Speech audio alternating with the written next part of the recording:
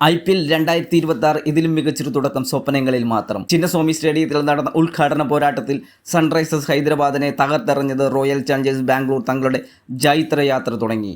202 runs എന്ന കൂറ്റൻ ലക്ഷ്യം വെറും 15.4 ഓവറിൽ RCB മറികടന്നപ്പോൾ തകർന്നത് നിരവധി റെക്കോർഡുകളാണ്. ടോസ് നേടി ബോളിംഗ് തിരഞ്ഞെടുത്ത RCB ക്യാപ്റ്റൻ രജിത് പട്ടിദാറിന്റെ തീരുമാനം തുടക്കത്തിൽ പിഴച്ചോ എന്ന് ആരാധകർ സംശയിച്ചു. കാരണം ഹൈദരാബാദിനായി അരങ്ങേറ്റ ക്യാപ്റ്റൻ ഇഷാൻ കിഷൻ അഴിഞ്ഞാടുകയായിരുന്നു. വെറും 38 പന്തിൽ 80 റൺസ്, 8 ഫോറും 5 സിക്സും അടങ്ങുന്ന കിഷാന്റെ ഇന്നിംഗ്സ് ഹൈദരാബാദിനെ ഒരു കൂറ്റൻ സ്കോറിലേക്ക് നയിച്ചു. അൻകിത് വർമ്മയുടെ 43 റൺസ് കൂടി ചേർന്നപ്പോൾ ഹൈദരാബാദ് 20 ഓവറിൽ 201 റൺസ് എന്ന ശക്തമായ നിലയിലെത്തി. പക്ഷേ ഈ മത്സരത്തിൽ യഥാർത്ഥ ഹീറോ ഒരു ബോളറായിരുന്നു. IPLൽ തൻ്റെ ആദ്യ മത്സരത്തിൽ ഇറങ്ങിയ ജേക്കബ് ഡഫി.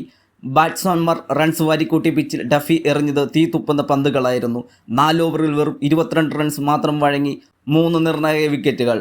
ഹൈദരാബാദിൻ്റെ മധ്യനിരയെ തകർത്തെറിഞ്ഞ ഡഫിയുടെ ഈ പ്രകടനമാണ് 230ലേക്ക് പോകുമായിരുന്ന സ്കോറിനെ 201 ഒതുക്കിയത്. അരങ്ങേറ്റ മത്സരത്തിൽ തന്നെ പ്ലെയർ ഓഫ് ദ മാച്ച് പുരസ്കാരവും ഡഫി സ്വന്തമാക്കി. മറുപടി ബാറ്റിംഗ് ഇറങ്ങിയ നമ്മൾ കണ്ടത് RCBയുടെ വിസ്ഫോടനമാണ്.